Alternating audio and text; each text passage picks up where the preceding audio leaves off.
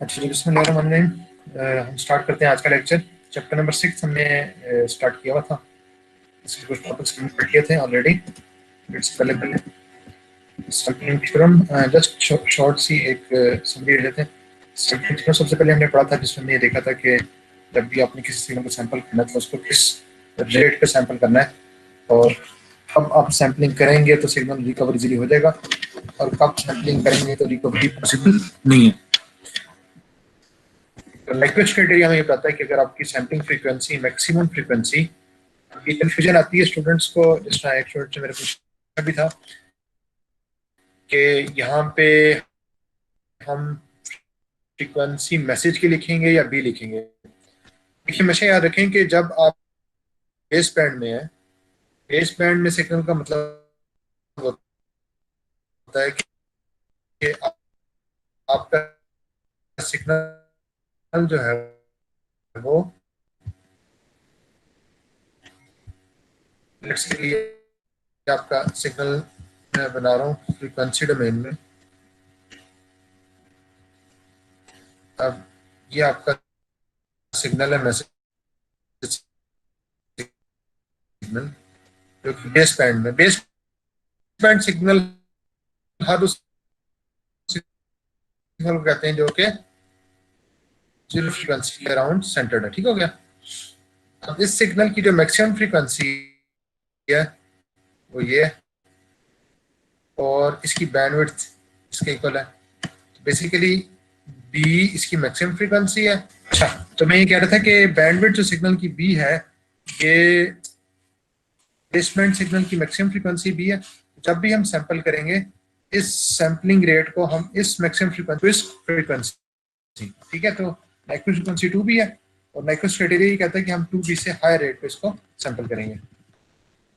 Sampling का method क्या होता है? आइडियली सैंपलिंग हम करते हैं इंपल्स ट्रेन को यूज करके। इंपल्स ट्रेन से टाइम डोमेन में सिग्नल को मल्टीप्लाई करते हैं। तो आपको पता है कि इंपल्स से जब किसी को मल्टीप्लाई करते हैं तो एक थ्योरम लगता है, इसको हम शिफ्टिंग थ्योरम कहते हैं। और शिफ्टिंग थ्योरम के मुताबिक जिस पॉइंट पे इंपल्स है उस पॉइंट पे सिग्नल की वैल्यू मिल जाती है, तो आपके पास ये सैंपल्स आ जाते हैं। उसके बाद अगर फ्रीक्वेंसी डोमेन में देखें, फ्रीक्वेंसी डोमेन में इंपल्स ट्रेन के साथ जब कन्वॉल्व करते हैं तो शिफ्टिंग थ्योरम लगता है, और जहाँ पे इंपल्स पड़ी हुई है वहां पे आपका पूरा सिग्नल शिफ्ट हो जाता है, उसकी कॉपीज बन जाती है। सिग्नल रिकंस्ट्रक्शन जब करते हैं हम यूनिफॉर्म सैंपल से, तो रिकंस्ट्रक्शन के प्रोसेस को इंटरपोलेशन कहते हैं। और रिकंस्ट्रक्शन के लिए हम रेक्टेंगल फिल्टर यूज करते हैं, जिसका टाइम डोमेन जो है वो एक सिंक फंक्शन होता है। अगर फ्रीक्वेंसी में हम देखें तो रेक्टेंगल के साथ मल्टीप्लीकेशन है, और टाइम में अगर हम देखें तो सिंक के साथ कॉन्वोल्यूशन होगी। तो ये आपका सिग्नल है जो फ्रीक्वेंसी में है रेक्ट, ये टाइम में है सिंक। इसको जब हम कन्वॉल्व करेंगे तो हर पॉइंट पे जहां जहां इंपल्स थी वहां पे सिंक फंक्शन आ जाएगा।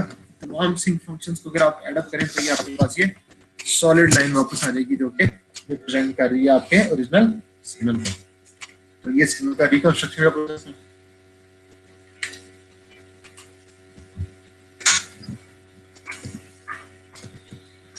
एग्जांपल से हमने रिकंस्ट्रक्शन की थी। प्रैक्टिकली जो प्रॉब्लम्स आते हैं वो ये आते हैं कि सबसे पहले तो आइडियल इंपल्स सिग्नल अवेलेबल नहीं होता। उसके लिए हम कोई ना कोई पल्स यूज करते हैं जिसकी कुछ ना कुछ ड्यूरेशन होती है। ठीक है, उसके लिए हम रेक्टेंगुलर पल्स भी यूज कर सकते हैं,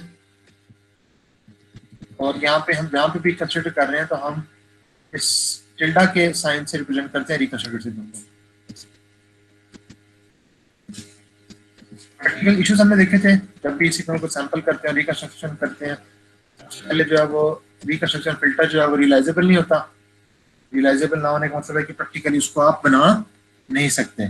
इसलिए जो है वो प्रैक्टिकली फिल्टर्स को हम बनाने के लिए एक अप्रोक्सीमेशन करते हैं।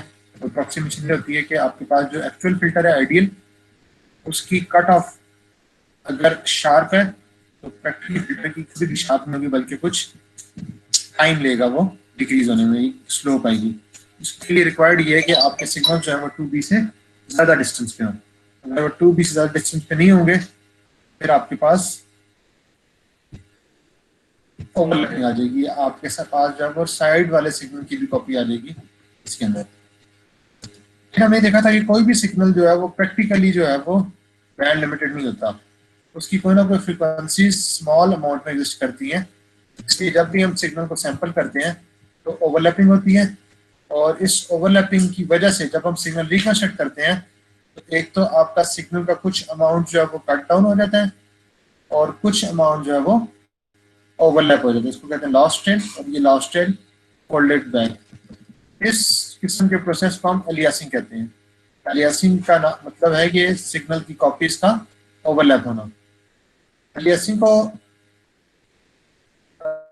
अवॉइड करने के लिए हम एंटी अलियासिंग फिल्टर इस्तेमाल करते हैं। एंटी अलियासिंग फिल्टर का काम ये होता है कि सिग्नल को पहले कट कर देते हैं, उसके बाद उसको सैंपल करते हैं, यानी फिल्टर से पहले गुजारेंगे और सैंपलिंग बाद में होगी। फायदा ये होता है कि आपके पास जो सिग्नल है उसकी टेल तो कट हो जाती है, लेकिन जो फोल्डिंग बैक का प्रोसेस था वो यहाँ पे नहीं होता, जिसकी वजह से सिग्नल में as compare to this alias signal आपको एंटी अलियासिंग फिल्टर लगाने के बाद इस सिग्नल में ज्यादा डिस्टोर्शन नहीं होती। तो ये इसका एडवांटेज है by using anti aliasing filter.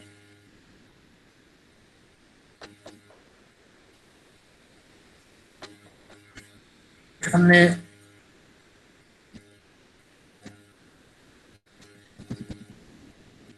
देखा था कि सैम्पलिंग की वजह से बैंड नॉन लिमिटेड सिग्नल जो है वो बैंड लिमिटेड सिग्नल में कन्वर्ट हो जाता है। मैक्सिमम इंफॉर्मेशन जो आप सेंड कर सकते हैं it is always 2 information pieces पर सेकंड। 2 इंफॉर्मेशन पीसेस को आप बिट्स भी कह सकते हैं, 2B भी कह सकते हैं। तो ये आपको मैक्सिमम लिमिट है, critical limit. Non ideal practical sampling हमने की थी, जिसमें हम जो है वो पल्सेस यूज कर रहे हैं। पल्सेस की 2 टाइप थी, एक 0 ऑर्डर होल्ड और एक first order hold.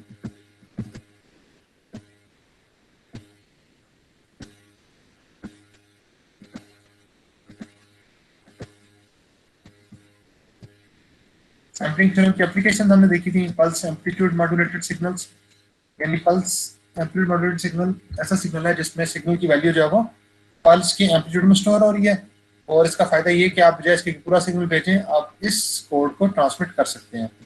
Pulse width modulation में पल्सेस की विड्थ जो है वो सिग्नल की इंफॉर्मेशन स्टोर करती हैं, और पल्स पोजीशन में पल्स की विड्थ नहीं बल्कि एम्पलीट्यूड भी नहीं, पोजीशन में जो है वो इंफॉर्मेशन स्टोर होती है सिग्नल की। और इन मॉड्यूलेशन स्कीम का फायदा ये कि आप एक टाइम पे मल्टीपल सिग्नल्स भी ट्रांसमिट कर सकते हैं। For example time to multiplexing में आप जो है इस तरह सिग्नल्स ट्रांसमिट कर रहे हैं आपको। पल्स कोड मॉड्यूलेशन जो है ये सबसे बड़ी एप्लीकेशन है, एग्जांपल है पीस सैम्पलिंग की, क्योंकि इसका फायदा ये है कि जो भी एनालॉग सिग्नल किसी भी फॉर्म में है उसको आप जब डिजिटल में कन्वर्ट करते हैं तो digital systems can understand ones and zeros. तो ये वंस एंड जीरोस बेसिकली बनाने का प्रोसेस है which is called pulse code modulation, PCM. ठीक हो गया। तो पीसीएम जो है वो आपको ये पल्सेस लेता है सिग्नल की in the form of code. इसके स्टेप्स क्या होते हैं? सबसे पहले आप अपने सिग्नल को लो पास फिल्टर से पास करते हैं, यानी वो बैंड लिमिट हो जाता है। बैंड लिमिट करने के बाद आप उसको सैंपल करते हैं। सैंपलिंग में उसका कौन सा एक्सिस जो है वो डिस्क्रिटाइज होता है, एक्स एक्सिस को, टाइम एक्सिस को, ठीक है बिल्कुल। और उसके बाद नेक्स्ट क्वांटाइजर है, क्वांटाइजर उसके दूसरे एक्सिस को, एम्पलीट्यूड को, वैल्यूज को डिस्क्रिटाइज करता है। अच्छा, ये आपके पास लेवल्स आ गए। अब उन लेवल्स को आपने कन्वर्ट करना है कोड में, उसके लिए इसके आगे लगा हुआ ये बिट एनकोडर। बिट एनकोडर का काम ये होता है कि आपके पास जो भी लेवल आ रहा है उस लेवल को एक ना एक वैल्यू साइन कर देगा कोड की फॉर्म में, और हम उसी कोड को फिर वापस at the end other and देखेंगे कि डी कोड करेंगे इंफॉर्मेशन को निकालने के लिए। जी, तो ये देखिए आपके पास ये एक सिग्नल था। सबसे पहले आपने उसको सैंपल किया तो एक्स एक्सिस डिस्क्रिटाइज हो गया। अब Y axis infinite values contain कर रहा है, ठीक है। वाई एक्सिस अभी डिस्क्रिटाइज नहीं हुआ, इसके अंदर कोई भी वैल्यू हो सकती है। इन वैल्यूज को फाइनाइट या डिस्क्रिटाइज करने के लिए हम इस एक्सिस को लेवल्स में कन्वर्ट करते हैं, और जो लेवल्स में कन्वर्जन है ये डिपेंड करती है आपके क्वांटाइजर के ऊपर। क्वांटाइजर की लिमिट्स होती है, ये कैरेक्टरिस्टिक्स होती है, बताता है कि आप क्वांटाइजर को कितने लेवल्स में डिवाइड कर सकते हैं। फॉर एग्जांपल ये इसका मैक्सिमम वैल्यू है, और ये इसकी मिनिमम वैल्यू है जी। तो मैक्सिमम वैल्यू और मिनिमम वैल्यू के दरमियान आपके वैल्यूज को हमने डिवाइड करना है। अब जो मैक्सिमम वैल्यू MP है और मिनिमम वैल्यू -MP है, मैक्सिमम वैल्यू इसकी +MP है और माइनस मिनिमम वैल्यू है। अब आप मुझे ये बता सकते हैं कि ये जो लेवल्स हैं, ये इनका डिस्टेंस जो है ये कैसे इफेक्ट करेगा इस क्वांटाइजेशन के प्रोसेस को। वाई एक्सिस पे हम लेवल ज्यादा लेंगे, देखें फॉर एग्जांपल ये एक वैल्यू है, इस वैल्यू को हमने ये लेवल असाइन करना है या ये लेवल असाइन करना है। अब अगर ये लेवल ज्यादा करीब है या ये लेवल ज्यादा करीब है, जितना करीब होगा उतना वैल्यू अच्छी अप्रोक्सीमेशन होगी, जितने ये दूर होंगे लेवल्स उतनी आपको अप्रोक्सीमेशन एरर मिलेगा। ठीक हो गया। तो क्वांटाइजेशन का एरर आता है जिसकी वजह से आपको लेवल्स को करीब रखना पड़ता है। लेकिन अगेन वही बात है कि जितना करीब आप लेवल्स रख सकते हैं उससे आपका क्वांटाइजर की जो कॉम्प्लेक्सिटी है वो बढ़ेगी। क्वांटाइजर जो है वो ज्यादा टाइम लेगा, जितने ज्यादा दूर लेवल्स होंगे उतना क्वांटाइजर सिंपल होगा और कम टाइम लेगा। ठीक हो गया, समझ आ गई ये बात। दो लेवल्स के दरमियान जो डिस्टेंस है delta V, it is 2MP/L, where MP से MP तक 2MP का डिस्टेंस था। ठीक है, और 2MP/L जो है वो दो लेवल्स के दरमियान डिस्टेंस है। इसी तरह जो MP है, ये बेसिकली MP वैल्यू सिग्नल की वैल्यू नहीं है, ये क्वांटाइजर की लिमिटेशन है। सिग्नल की वैल्यू MP से ज्यादा भी हो सकती है, कम भी हो सकती है। अगर सिग्नल की वैल्यू MP से ज्यादा है तो बाकी वैल्यू कट ऑफ हो जाएगी, अगर सिग्नल की वैल्यू MP से कम है तो वो वैल्यू जाहिर है यूज नहीं होगी। तो इसलिए जो है वो MP जो है वो लिमिटेशन किसकी है, क्वांटाइजर की है, वो सिग्नल की वैल्यू नहीं है। ठीक हो गया। अच्छा जी, डिजिटल कम्युनिकेशन के फायदे हमने देख लिए थे, यहाँ तक हम पढ़ चुके थे। ठीक हो गया। अब हमने टॉपिक स्टार्ट करना है क्वांटाइजिंग। अब क्वांटाइजिंग जैसे कि हमने देखा है क्वांटाइजिंग में कि as mentioned earlier, digital signals come from a variety of sources. Some sources such as computer are inherently digital. आपने कोई ईमेल लिखी है कंप्यूटर के अंदर, वो तो ऑलरेडी डिजिटल सिग्नल है, तो उसको तो क्वांटाइज करने की जरूरत नहीं है। जबकि some sources are analog, real time signal जो है वो एनालॉग है, but are converted into digital form by a variety of techniques such as PCM and delta modulation. तो PCM हमेशा रखें एक digital analogue to digital conversion की technique है। इसी तरह डेल्टा मॉड्यूलेशन है जो कि हम बाद में देखेंगे, which will not be analyzed. The rest of this section provides quantitative description of PCM and its various aspects such as quantizing. Quantization में क्या होता है?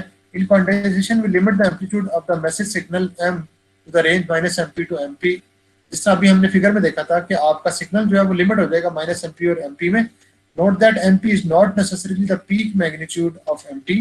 The amplitudes of M of T beyond ±MP are simply chopped off. ठीक होगी बात समझ आ गई आपको? जो सिग्नल की वैल्यू MP से ज्यादा होगी वो सिंपली रिमूव हो जाएगी। Thus MP is not a perimeter of the signal, but it is the limit of the quantizer. तो हमेशा क्वांटाइजर एक हार्डवेयर है, उसकी प्रॉपर्टीज में ये MP गिवन होता है। The amplitude range is divided into L uniformly spaced intervals, each of which delta V is 2MP/L. जिस तरह हमने देख लिया था। A sample value is approximated by the midpoint of the interval in which it lies. हाँ जी, किसी भी interval के मिड पॉइंट के ऊपर अगर होगा तो ऊपर वाला लेवल असाइन हो जाएगा, उस मिड पॉइंट से नीचे होगा तो नीचे वाला लेवल असाइन हो जाएगा। Quantised samples are coded and transmitted as binary pulses. तो क्वांटाइजेशन के बाद उसकी वैल्यूज को हम कोड करते हैं और ट्रांसमिट कर देते हैं। At the receiver some pulses may be detected incorrectly. अच्छा, अब जब रिसीवर पे डिटेक्शन होगी तो कुछ पल्सेस सही डिटेक्ट होंगी और कुछ पल्सेस में एरर होगा।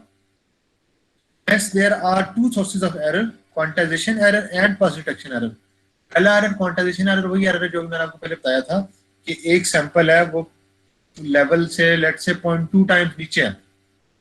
अब हम उसको अप्रोक्सीमेट करके 0.2 ऊपर लेके आएंगे तो ये 0.2 जो है इसके अंदर एरर आ जाएगा, which is called quantization error. इसी तरह दूसरा एरर है पल्स डिटेक्शन एरर, कि आपने दूसरे एंड पे डिटेक्ट किया वो 1 था या 0 था, 0 1 डिटेक्ट हो गया, 1 0 डिटेक्ट हो गया। ठीक है, ये दो किस्म की एरर हैं। In almost all practical schemes, the pulse detection error is quite small to the quantization error and can be ignored. तो normally जो pulse detection error है ये small है, इसे इग्नोर कर देते हैं। ठीक है, इसका मतलब है कि अब हमें एनालाइज करना है कि जो क्वांटाइजेशन एरर है उसकी क्या वैल्यू है और उसको कैसे आप कंट्रोल कर सकते हैं, किन किन फैक्टर्स पे वो डिपेंड करते हैं। हम ये बात कर रहे थे कि जो दो एरर्स हैं उनमें से क्वांटाइजिंग एरर जो है वो ज्यादा हाई है और उसको हम एनालाइज करने लगे हैं। तो क्वांटाइजिंग एरर का आप लोगों को पता चल गया होगा कि क्वांटाइजिंग एरर वो एरर है जब हम किसी भी सैंपल की वैल्यू को किसी लेवल को असाइन करेंगे। फॉर एग्जांपल ये वैल्यू इन दो लेवल्स के दरमियान है, अब अगर ये हाफ से ऊपर है तो इस लेवल ये लेवल साइन हो जाएगा इस वैल्यू को, अगर ये हाफ से नीचे है तो इसको ये वाला लेवल असाइन हो जाएगा। और फिर हर लेवल का जो कोड है वो आप लोगों को पहले से क्वांटाइजर में पता होता है, तो हर वैल्यू को एक कोड मिल जाता है। ठीक हो गया। अब जब ये वैल्यू ऊपर या नीचे लेवल को जाएगी तो इसमें जो डिफरेंस होगा वो क्वांटाइजिंग एरर कहलाता है। तो इसका एनालिसिस हम कर रहे थे।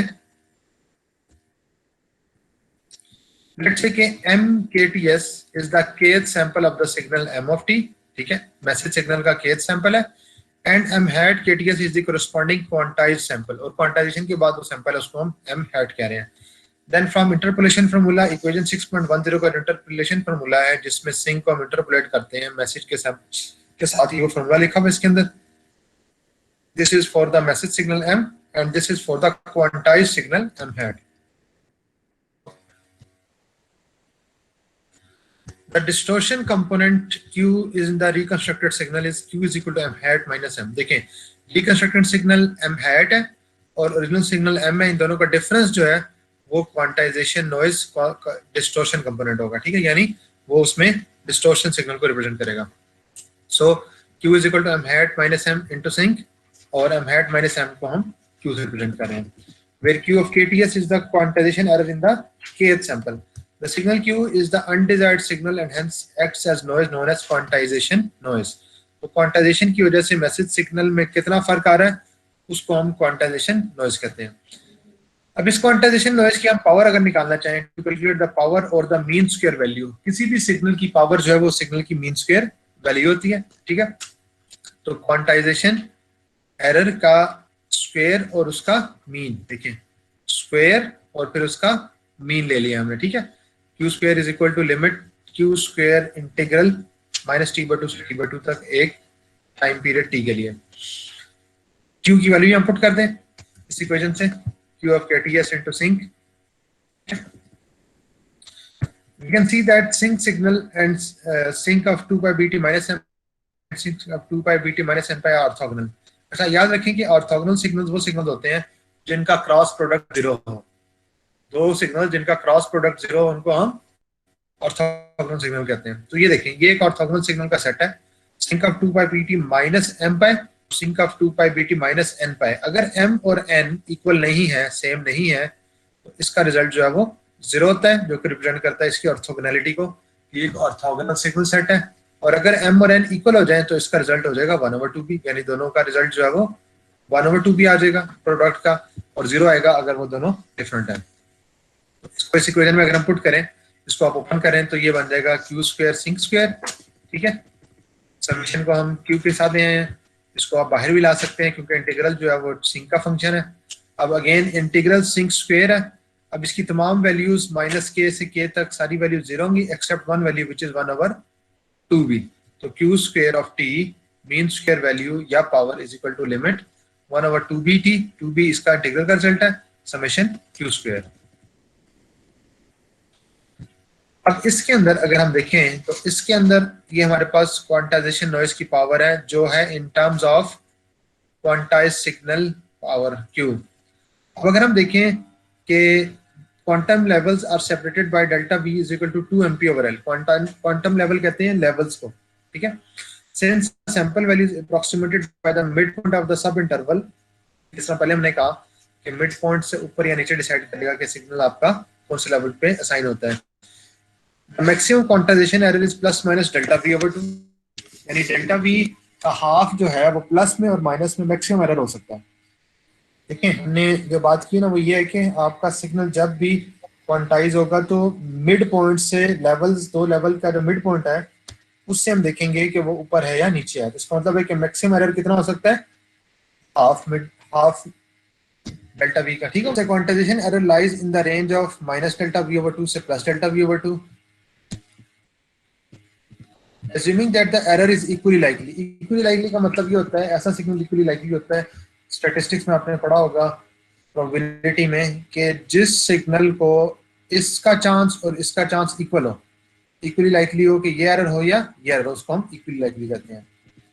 तो lie anywhere in the range this the mean square error is given by, हाँ जी, क्यू स्क्वायर, और ये tilde represents mean, is equal to 1 over delta V integral minus delta V से delta V over two Q square of D Q. ये equally likely signals के लिए mean square value है. अब इसको अगर आप ओपन करें, इंटीग्रेट करें, तो क्यू स्क्वायर का इंटीग्रल होता है 2q क्यूब ओवर 3. ठीक है, फिर इसके अंदर अपर लिमिट पुट कर दें delta V over 2, lower limit put कर दें माइनस डेल्टा वी ओवर 2. उसको आप सॉल्व करें, सॉल्व करेंगे ना इस इंटीग्रल को, ठीक है ना. 2q cube over 3, upper limit put करें, लोअर लिमिट पुट करें, तो आपके पास आ जाएगा डेल्टा वी स्क्वायर ओवर 12. अब डेल्टा वी की वैल्यू क्या है, 2mp ओवर एल. ठीक है, डेल्टा वी की वैल्यू क्या है, 2mp ओवर एल. वो इसको पुट कर दें आप, तो आपके पास रिजल्ट आ जाएगा mp square over 3l square. इसका मतलब है कि ये जो मीन स्क्वायर वैल्यू, ये पावर है, ये डायरेक्टली प्रोपोर्शनल है mp के और इनवर्सली प्रोपोर्शनल है l के, l is the number of levels. Because q square is the mean square value or power of the quantization noise, we shall denote it by nq. Nq stands for quantization noise. Is equal to q square, mean square value of q, which was mp square over 3l square. Assuming that the pulse detection error at the receiver is negligible, जिस हमने पहले कहा कि pulse detection error very small होता है, उसको हमने ignore किया हुआ है. The reconstructed signal m hat at the receiver output is, तो इसका मतलब है कि जो हमने डिटेक्ट किया m hat, which is equal to m of t plus q of t, यानी मैसेज सिग्नल में क्या ऐड हो रहा है, क्वांटाइजेशन डिस्टॉर्शन ऐड हो रही है. The desired signal at the output m and the quantization noise is q of t. अच्छा, अब हम जो है वो सिग्नल टू नॉइज रेशियो निकालने लगे हैं. ये क्वांटाइजेशन नॉइज हमने निकाल ली, ये वो नॉइज है जो कि सिग्नल में क्वांटाइजेशन की वजह से आ रही है. अब हम सिग्नल टू नॉइज रेशियो निकालना चाह रहे हैं, एसएनआर. एसएनआर क्या होता है, तो बता सकते हैं, व्हाट इज एसएनआर? जी, कैसे निकालते हैं ये मैथमेटिकली? अच्छा, बस सिग्नल की स्ट्रेंथ को नॉइज की किस चीज से डिवाइड करते हैं? हाँ, पावर, बेसिकली पावर. ठीक है, signal power divided by noise power gives you signal to noise ratio.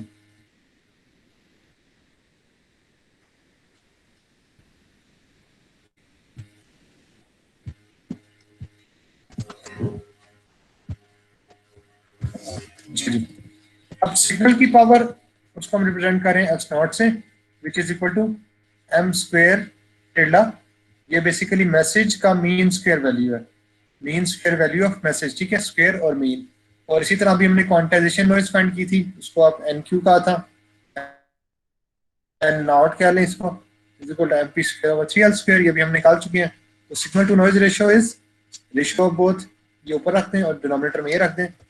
सो आपको नजर आ रहा है कि signal to noise ratio is directly proportional to m and l and inversely proportional to mp.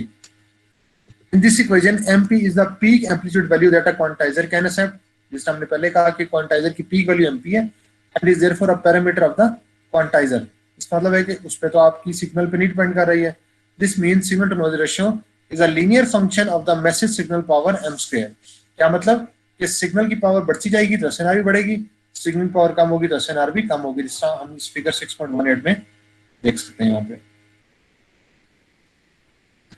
ये देखें, इस एक्सिस पे जो है वो सिग्नल पावर है और इस एक्सिस पे सिग्नल टू नॉइज रेशियो है.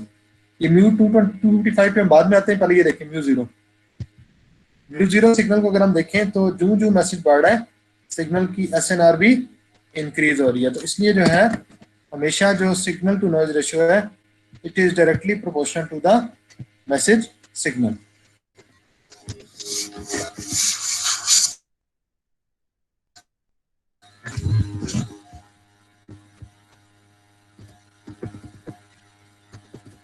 अच्छा जी, अब यहां तक हमने देख लिया कि सिग्नल टू नॉइज रेशियो किस चीज पर डिपेंड कर रहा है, उसको कैसे आपने कैलकुलेट करना है, और मैसेज का क्या रिलेशन है इसके साथ, मैसेज की पावर का. अब जो हमारी रिक्वायरमेंट होती है किसी भी कम्युनिकेशन में, वही होती है कि signal to noise ratio constant रहे, सिग्नल टू नॉइज रेशियो में ज्यादा वेरिएशन ना हो. लेकिन सिग्नल टू नॉइज रेशियो में वेरिएशन आती है, क्यों आती है ये भी हम देखते हैं. और इस सिग्नल टू नॉइज रेशियो की वेरिएशन को खत्म करने के लिए हम क्या करेंगे, ये दोनों चीजें अभी हम नेक्स्ट टॉपिक में देखते हैं. हाँ जी, principle of progressive taxation, non uniform quantization. अभी तक हमने जो क्वांटाइजेशन पढ़ी है इसमें लेवल्स के दरमियान बराबर है, जब डिस्टेंस बराबर हो उसको हम यूनिफॉर्म क्वांटाइजेशन कहते हैं, और जब डिस्टेंस बराबर ना हो उसको हम नॉन यूनिफॉर्म क्वांटाइजेशन कहते हैं। अब यहाँ पे एक्चुअली हम देखते हैं कि जो सिग्नल टू नॉइज रेशियो है कि मैसेज के और लेवल्स पे डिपेंड कर रही है। जितने मैसेज की पावर ज्यादा होगी उतना एसएनआर ज्यादा होगा, जितने लेवल ज्यादा होंगे उतना आपका एसएनआर ज्यादा होगा। अब होता ही है कि जब आपका यूनिफॉर्म क्वांटाइजेशन हो, यूनिफॉर्म क्वांटाइजेशन में क्या हो रहा है कि लेवल्स तो यूनिफॉर्म है सारे, लेकिन मैसेज की वैल्यू बढ़ रही है और कम हो रही है। ठीक हो गया। अब एक साइनोसॉइड है, पहले उसकी वैल्यू कम है मैसेज की स्ट्रेंथ, फिर मैसेज की स्ट्रेंथ बढ़ती जा रही है, फिर पीक पे आके उसकी वैल्यू मैक्सिमम हो गई है। अब मैसेज की स्ट्रेंथ तो चेंज हो रही है लेकिन लेवल्स कांस्टेंट है। इसका मतलब है कि सिग्नल टू नॉइज रेशियो जो रेशियो है वो कांस्टेंट रहेगी या चेंज होगी। अगर न्यूमरेटर एक एक कोई चीज चेंज होती जाए और एक चीज चेंज ना हो तो क्या एसएनआर कांस्टेंट रहेगा?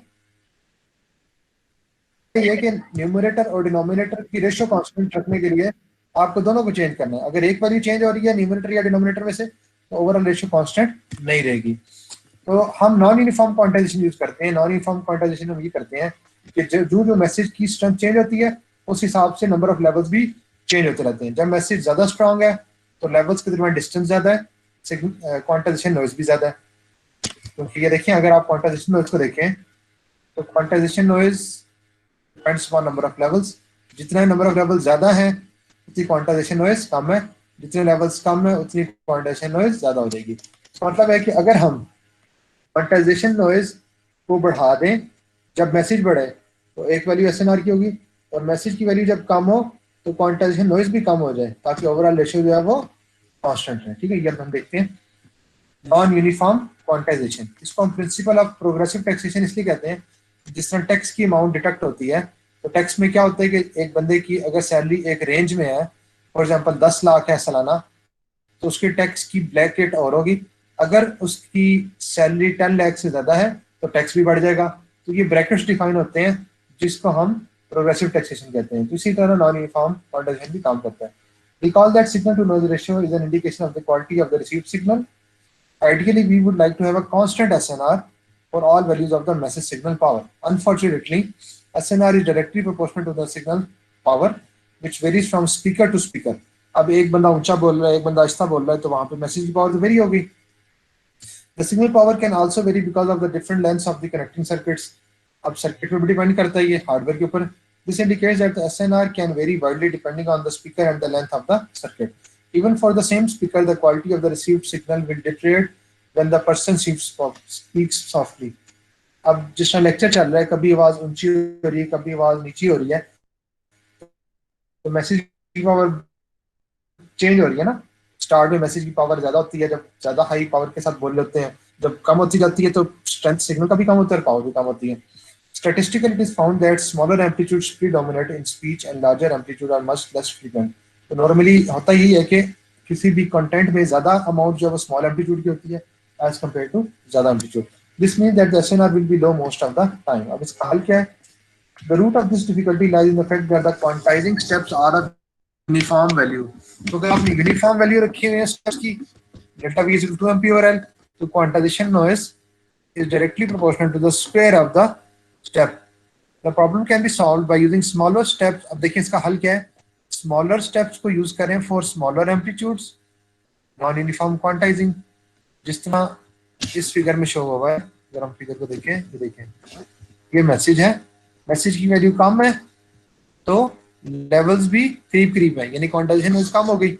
जब मैसेज की वैल्यू बढ़ रही है तो लेवल्स का डिस्टेंस भी बढ़ गया, यानी क्वांटाइजेशन बढ़ गई, ताकि ओवरऑल एसएनआर जो है वो कांस्टेंट रहे।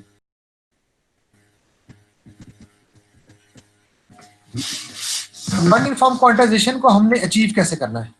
Non uniform quantisation can be achieved by first compressing signal samples and then using a uniform quantization.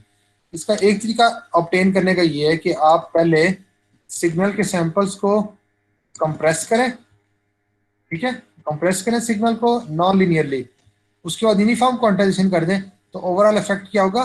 Non uniform quantization का होगा। कंप्रेस करने का मतलब होता है कि आपने सिग्नल की वैल्यूज को करीब करीब कर दिया, जिसकी वजह से इसको जब आप यूनिफॉर्म क्वांटाइजेशन करेंगे तो हमेशा यहाँ पे लो लेवल मिल जाएंगे और यहाँ पे हाई लेवल मिल जाएंगे।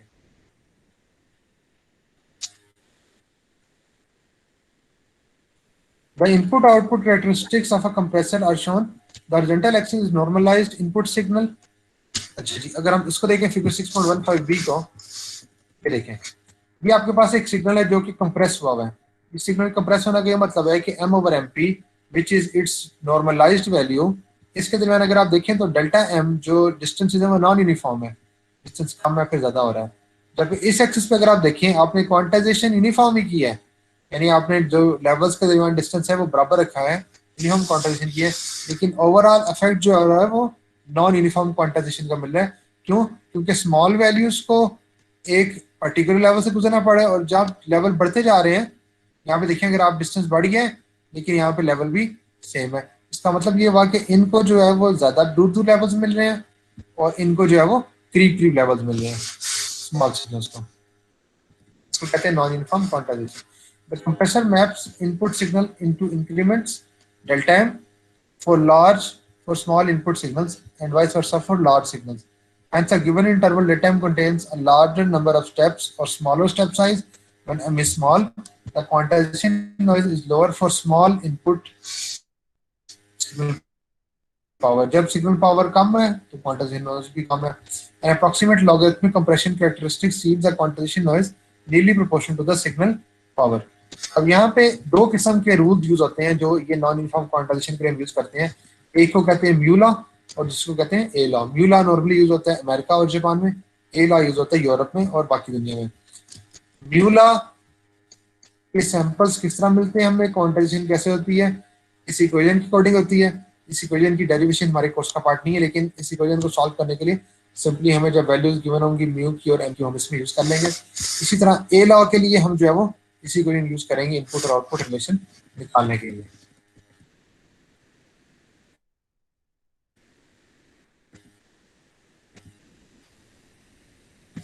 Generally speaking, compression of a signal increases its bandwidth.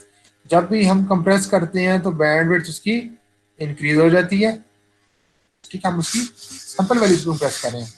Because neither the time scale nor the number of sample changes, the problem bandwidth increase does not arise here.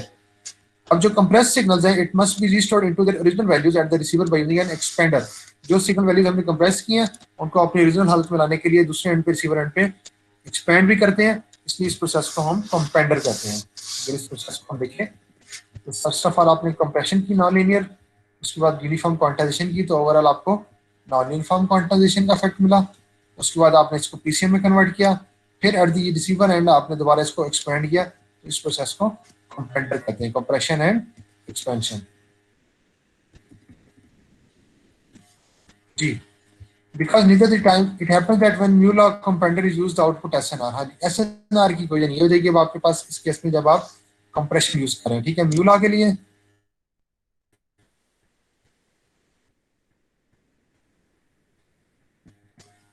कंपेंडर, अब कंपेंडर कैसे काम करता है, ये एक लॉगरिथमिक कंप्रेसर है basically, और इसको ऑब्टेन करने के लिए हम सेमीकंडक्टर डायोड यूज करते हैं। बिकॉज सेमीकंडक्टर डायोड में जो करंट और वोल्टेज का रिलेशन है ये एक लॉगरिथमिक रिलेशन होता है।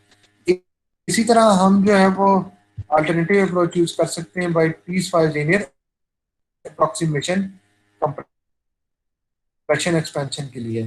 पीस वाइज लीनियर अप्रोक्सीमेशन में क्या होता है, piece wise linear compressor characteristics बनी है, यहाँ पे एक इनपुट है और एक आउटपुट है, डिफरेंट पॉइंट्स है आपके पास, तमाम पॉइंट्स को आप लीनियरली कनेक्ट करते हैं, इसको कहते हैं पीस वाइज लीनियर इंटरपोलेशन या कनेक्शन। तो इसकी वजह से आपको जो ओवरऑल कंप्रेशन का इफेक्ट मिलता है उसको भी आप यूज कर सकते हैं कंपेंडर में, या आप यूज कर सकते हैं सेमीकंडक्टर डायोड को।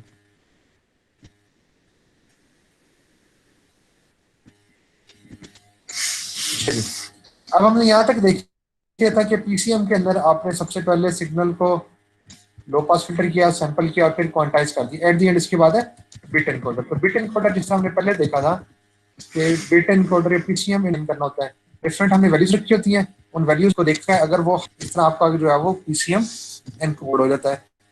और इसी तरह जब आपने दूसरे रिसीव करना है तो वहां पे हम डिकोडिंग करना है, which is inverse of encoding. In this case each of the n digits are applied to a register of different values. तो बेसिकली एनकोडिंग और डिकोडिंग के लिए जो है वो रजिस्टर्स यूज होते हैं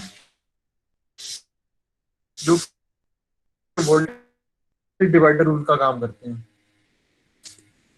जब आप जनरेट करते हैं. नेक्स्ट टॉपिक है transmission bandwidth and the output SNR. हाँ जी, अब इस एसएनआर का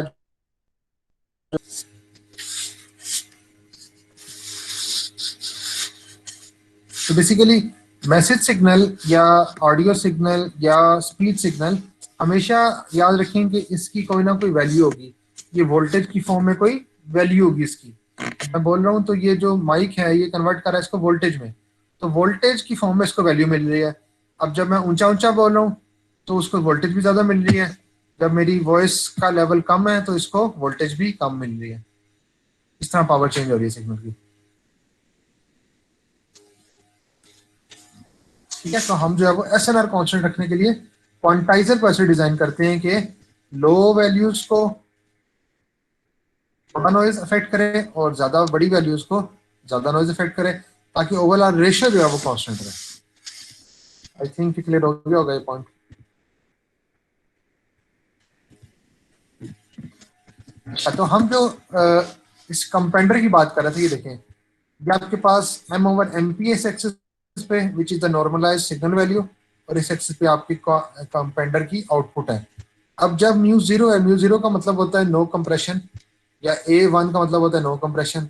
ये ए लॉ के लिए और ये म्यू लॉ के लिए. जू जू म्यू बढ़ रहा है, जू जू कंप्रेशन बढ़ रही है, देखें कंप्रेशन बढ़ रही है तो क्या हो रहा है, मैसेज की पावर यहाँ से यहाँ तक इतना चेंज आया सिर्फ, लेकिन इसकी वैल्यू में कितना बड़ा चेंज आ गया. इसके बाद मैसेज की वैल्यू में थोड़ा चेंज आ रहा है, यहाँ से यहाँ तक ज्यादा चेंज आ रहा है, लेकिन कंप्रेशन या आउटपुट में बहुत कम चेंज आ रहा है. तो ये इस तरह हम नॉन यूनिफॉर्म क्वांटाइजेशन करते हैं इसके अंदर.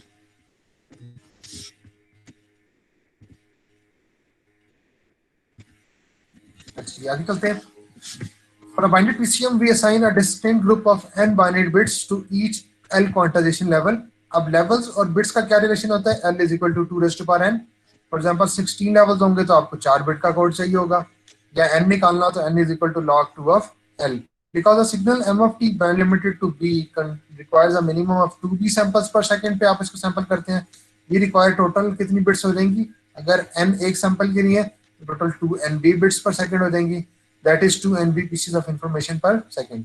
अब जैसे कि हमने पढ़ा था कि एक यूनिट बैंडविड्थ 1 हर्ट्ज में आप मैक्सिमम 2 पीसेस ऑफ इंफॉर्मेशन पर सेकंड ट्रांसमिट कर सकते हैं, सेक्शन 6.1 में हमने पढ़ा था. ठीक हो गया. तो we require a minimum channel of bandwidth BT, transmission channel bandwidth कितनी होनी चाहिए, 2nb over 2 which is nb hertz. तो nb hertz हमें चाहिए होगा ट्रांसमिशन बैंडविड्थ के लिए. This is the theoretical minimum transmission bandwidth required to transmit the PCM signal. तो जब भी PCM सिग्नल को आपने ट्रांसमिट करना है तो मिनिमम बैंडविड्थ कितनी चाहिए, वो NB है. प्रैक्टिकली जाहिर है कि इससे ज्यादा होगी. एग्जांपल करते हैं, एग्जांपल में क्लियर हो जाएगी ये चीज. A signal m of t band limited to 3 kilohertz is sampled at a rate 33 1/3% higher than the Nyquist rate. ठीक है, तो Nyquist rate आपको कितना है यहाँ पे 2b which is 2 into 3000 which is 6000 hertz. अब जबकि आपने जो सैंपल किया वो 33 1/3% हायर है इससे, इससे कितना हायर है, ये आपके पास आ जाएगा 6000 into 1 1/3 which is equal to 8000 hertz. ठीक हो गया. अच्छा जी, आगे कहते हैं maximum acceptable error in the sample amplitude. The maximum quantization error कितना है, 0.5% of the peak amplitude MP. तो quantization step size delta V था, मैक्सिमम क्वांटाइजेशन एरर कितना है, plus minus delta V over 2. और डेल्टा वी ओवर 2 क्या है, MP over L है. अब आपको गिवन है कि एमपी जो है वो 5.5% है ना, हाफ है 5%, तो it is equal to 0.5 over 100 into MP. ठीक है, जो आपका एरर है मैक्सिमम 0.5 और 100 टू एमपी है. तो यहाँ से एमपी की वैल्यू अगर यहाँ से आप कैंसिल कर लें तो एल आ जाएगा आपके पास 100 ओवर 0.5 विच इज 200. इसका मतलब है कि 200 लेवल्स आपके यूज हो रहे हैं. Quantised samples are binary coded. इसके बाद हमने इसको बाइनरी कोड किया. Find the minimum bandwidth of a channel required to transmit the encoded binary signal. If 24 such signals are timed with multiplex, determine the maximum minimum transmission bandwidth required to transmit the multiplex signal. हाँ जी. अब अगर 256 levels हैं तो bits कितनी हो जाएंगी? log 2 of 256 which is 8. अच्छा 256 क्यों लिया हमने? क्योंकि देखिए L200 लेवल्स है ना. अब आपको पता है कि 200 जो है वो 2 की पावर में नहीं आता. 2 की पावर में या 128 आता है या फिर 256 आता है. तो हमने हमेशा 200 से आगे वाला नंबर लेना which is 256. तो 256 लेवल्स है तो बिट्स कितनी हो जाएंगी? log of 256 which is 8. So we need 8 bits per sample. We require to transmit a total of, देखें टोटल हमारे पास जो है वो 8000 सैम्पलिंग रेट है और बिट्स कितनी है? 8. तो 8000 into 8 64,000 बिट्स पर सेकंड. और ये भी हमें पता है कि 2 बिट्स पर सेकंड हम ट्रांसमिट कर सकते हैं. तो 64,000 ओवर 2 कितना हो जाएगा? 32 kilohertz which is the transmission bandwidth. फिर ये आगे पार्ट में कहते हैं कि अगर 24 सच सिग्नल्स हम इस्तेमाल कर रहे हैं टाइम डिवीजन मल्टीप्लेक्सिंग में, यानी 24 सिग्नल जा रहे हैं इकट्ठे, तब हमें कितने चाहिए होंगे bits? 24 into 64,000 which is 1.53 megabits पर सेकंड. और इसको अगेन हम 2 से डिवाइड करें तो 0.768 मेगाहर्ट्ज ट्रांसमिशन बैंडविड्थ हमें रिक्वायर्ड होगी इस सिग्नल को 24 सिग्नल्स को ट्रांसमिट करने के लिए. Exponential increase of the output SNR. अभी अब हमने यहाँ पे देखा कि L is equal to 2 raised to power n. L is equal to 2 raised to power n. अगर हम स्क्वायर ले लें तो L स्क्वायर क्या हो जाएगा? 2 raised to power 2n. Output SNR वाली इक्वेशन जो हमने भी लिखी थी 6.34 या 36, अगर हम देखें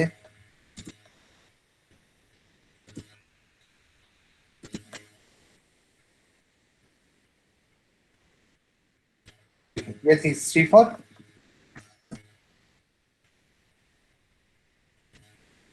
ठीक है, सिग्नल क्लोज रखिए.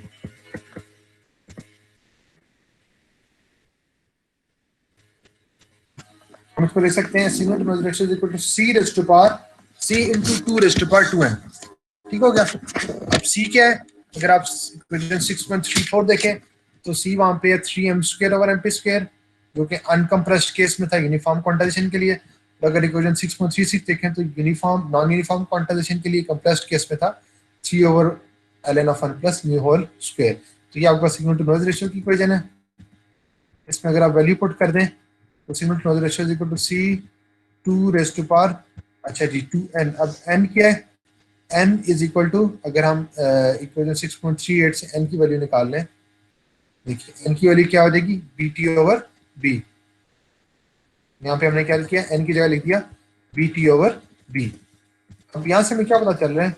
From equation we observe that SNR increases exponentially when the transmission bandwidth increases. देखिए ट्रांसमिशन बैंडविड्थ BT इंक्रीज होगी तो सिग्नल टू नॉइज रेशियो में एक्सपोनेंशियल इंक्रीज आएगा. एक्सपोनेंशियल इंक्रीज जो है बहुत फास्ट इंक्रीज होता है. This trade off SNR for bandwidth is attractive and comes close to the upper theoretical limit. A small increase in bandwidth yields a large benefit in terms of SNR. तो थोड़ी सी bandwidth increase होगा तो SNR में बहुत ज्यादा increase आएगा. This relationship is clearly seen by using the decibel scale में अगर हम इसको लिखें 10 log ले लें इसका. 10 log में आपको पता है कि दो चीजें मल्टीप्लाई हो रही हैं तो वो ऐड हो जाती हैं और पावर जो है वो यहाँ पे आ जाती है. तो अगर हम इसको अल्फा कह लें तो signal to noise ratio dB is equal to alpha plus log 2 3 होता है तो 6n. ठीक है. This shows that increasing n by 1. n क्या है? Number of bits. अगर एक बिट हम बढ़ाएंगे तो 6 dB का इंक्रीज आ जाएगा SNR के ऊपर. ठीक हो गया. Thus, if we increase n from 8 to 9, हमने बिट्स इंक्रीज की, the SNR quadruples, but the transmission bandwidth increases only from 32 kilohertz to 36 kilohertz. यानी हमने एक बिट बढ़ाई है तो बैंडविड्थ सिर्फ 4 किलोहर्ट्ज बढ़ी है, इतना ज्यादा इंक्रीज नहीं है, सिर्फ 12.5% का है, लेकिन ओवरऑल SNR जो है वो 4 गुना इंक्रीज हो जाती है. This shows that in PCM pulse code modulation में क्या होता है? SNR भी can be controlled by transmission bandwidth. जिसका अभी हमने देखा कि ट्रांसमिशन बैंडविड्थ से आप SNR कंट्रोल कर सकते हैं. We shall later see that frequency and phase modulation also do this. FM और PM जो हमने चैप्टर नंबर 5 में पढ़े थे उसमें भी हम ट्रांसमिशन बैंडविड्थ से ये इंक्रीज कर सकते हैं. लेकिन मसला क्या है? But it requires a doubling of the bandwidth to quadruple the SNR. यानी अगर आपने SNR को 4 गुना बढ़ाना है 4 times तो आपको बैंडविड्थ को डबल करना पड़ेगा. In this respect, PCM is strikingly superior to FM और PM. क्या मतलब कि PCM में आप थोड़ी सी बैंडविड्थ इंक्रीज करते हैं तो एक्सपोनेंशियल इंक्रीज आता है, जबकि एफएम और पीएम में आपको उसमें ज्यादा चेंज करना पड़ता है बैंडविड्थ में, तो इसलिए ओवरऑल बैंडविड्थ भी बढ़ जाती है और ज्यादा एसएनआर बढ़ जाता है by using PCM. Example 6.3. A signal MFT of bandwidth 4 kHz is transmitted using a binary compended PCM with mu is equal to 100. Compare the case of L is equal to 64 with the case L is equal to 256 from the point of view of transmission bandwidth and the output SNR.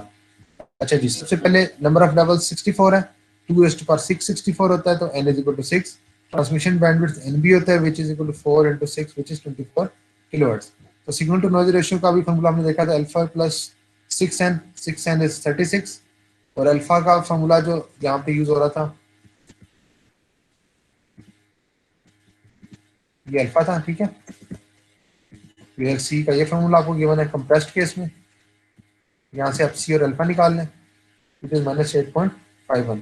तो यहाँ पे अगर आप put करें तो SNR is 27.49 dB। अगर आप इतनी बैंडविड्थ इस्तेमाल करें और 6 बिट्स इस्तेमाल करें, अगर आप 256 लेवल्स पे चले जाएं यानी 8 बिट हो जाए, बैंडविड्थ कितनी बढ़ जाएगी, 24 से 32 हो जाएगी। लेकिन SNR में अगर आप देखें तो 27 से 39, यानी कि अगर हम इन दोनों की रेशो निकालें और लीनियर फॉर्म में लें तो 16 टाइम्स का फर्क है। Thus, the SNR for LA256 is 16 times the SNR for LA64 and only 33% more bandwidth is used. यानी सिर्फ 33% more bandwidth इस्तेमाल करें, नंबर ऑफ बिट्स 6 से 8 कर दें, तो आपका SNR जो है वो 16 टाइम्स इंक्रीज होता है, जो कि बहुत ज्यादा इंक्रीज है। अब ये लॉगरिथमिक यूनिट्स के ऊपर कुछ बातें कर लेते हैं कि क्यों यूज होती है लॉगरिथमिक यूनिट्स।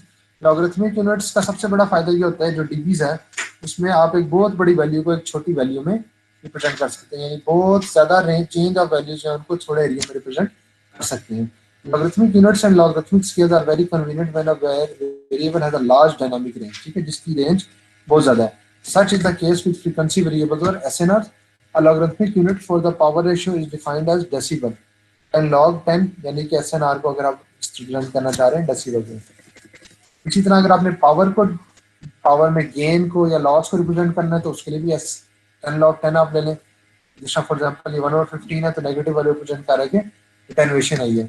इसी तरह आप पावर जो कि वॉट्स में है उसको भी डीबीज में कन्वर्ट कर सकते हैं, डीबी वाट में 10 log 10 से, और इसी तरह आप डीबी मिली वाट में भी कन्वर्ट कर सकते हैं। पहले वाट को मिली वाट में कन्वर्ट करें, फिर डीबी ले लें तो ये डीबी एम या डीबी मिली वाट में आप इसको कन्वर्ट कर सकते हैं। तो ये लॉगरिथमिक स्केल डीबी स्केल की एडवांटेज है।